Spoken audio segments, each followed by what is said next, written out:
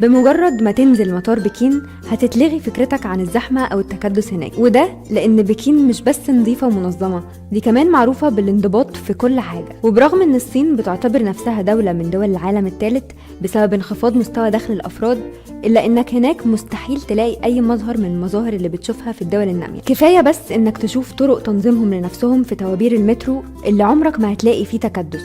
أما بالنسبة لللبس، ففكرة ان الملابس اللي بتجيلنا من الصين في اسواقنا المصرية بتكون رديئة دي كمان فكرة غلط، لان هناك تصميمات اللبس وجودة القماش في حتة تانية خالص، لدرجة انك هتحس انهم رايحين حفلة طول الوقت. بالنسبة للمواصلات هناك فالموضوع غريب شوية، فبدل ما بتطلب اوبر هنا لما تكون عايز تروح مشوار، هناك في حي بيتاري بتوقف عربية نص نقل وبتاخدك انت ومجموعة من الناس. ولو عاوزت تغير فلوس فانت مش هتروح صرافة او بنك، انت هتلاقي ناس في الشارع بيغيروا لك الدولارات لبوليفارات وانت واقف في مكانك. من اغرب الحاجات هناك هي الاسواق، فالاسواق عندهم عشوائية شوية، فهتلاقي كل حاجة متجمعة مع بعض في سوق واحد، يعني الخضار والفاكهة جنبهم السمك واللبس وهكذا. بالنسبة للحلاقة هناك، فالحلاقة من أرخص الحاجات اللي ممكن تعملها، سعرها بيتراوح من $1 ل$3، وبرضه هتعملها وانت قاعد في الشارع قدام كل الناس. نيجي بقى للشيء الجميل اللي هناك، هو ان طول ما انت ماشي في شوارع فنزويلا عامة هتلاقي صور ورسومات لرئيسها السابق هوجو تشافيز،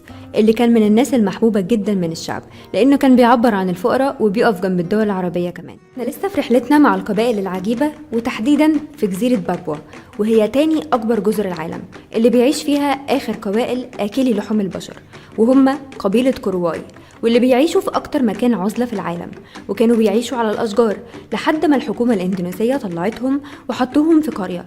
هتلاقيهم موجودين في كل مكان، الشوارع، المطار، جنب بيتك. والسبب اللي خلى الحكومة تنقلهم من مكان معيشتهم إن في منجم دهب مستحيل حد يوصله غير من الحتة اللي كانوا عايشين فيها، وعشان تقدر توصل لقبيلة كورواي هتمشي بالساعات في الغابات، ومش هيكون فيه أي اتصال بالإنترنت لأنهم عايشين في عزلة تامة عن العالم الخارجي من سنين. الموضوع هيبدأ يكون مخيف لما هتحاول توصل لهم عن طريق إنك تمشي وراء آثار رجليهم لحد ما توصل لحتة موجود فيها علامة X، واللي بيوصلوا بيها رسالة لأي حد إنه ما يتخطاش النقطة دي. برغم ده هتسمع عزف على ناي مصنوع من البامبو للترحيب بأي حد جاي، بس هم مش بيكونوا بيرحبوا بيك قوي، هم بس مبسوطين إن وجبتهم لليوم ده جت. أما بقى عن حياتهم فهي كلها معتمدة على الأشجار، زي إن بيوتهم بتكون أكواخ هم بيعملوها بنفسهم، بيبدأوا يجمعوا أوراق نبت التوكيا عشان يعملوا بيها الأسقف، وجذوع الأشجار اللي بيعملوا منها الحيطان. والغريب إنك تقدر تاكل قلب جذع النخل، واللي بيكون نفس شكل وطعم القصب بس من غير سكر. لكن بقى لو عطشت وانت بتتمشى في الغابة هتقدر تقطع جذع الشجرة وتشرب منه مية برضو. والحرف اليدوية عندهم بتتعمل من ورق الشامبيرا، غير كمان انهم بيستخدموا الاشجار في صناعة الاسلحة اللي بيصطادوا بيها الحيوانات. وعلى ذكر الحيوانات، فمن عاداتهم الغريبة مش انهم بياكلوا الغزلان بس، لكن دول كمان بياكلوا القرود، وعشان يقدروا يصطادوهم بيصنعوا سلاح النفخ اللي بيكون عمود خشب متفرغ وجواه رمح، بعدها بينفخوا فيه عشان الرمح ده يوصل للقرود على الشجر. اتجاه لاسبانيا، البلد المشهوره بفن الفلامينكو. زي ما قلنا لكم الحلقه اللي فاتت، تفتكروا ليه بقول لكم فن الفلامينكو مش رقصه الفلامينكو زي ما كلنا كنا عارفين؟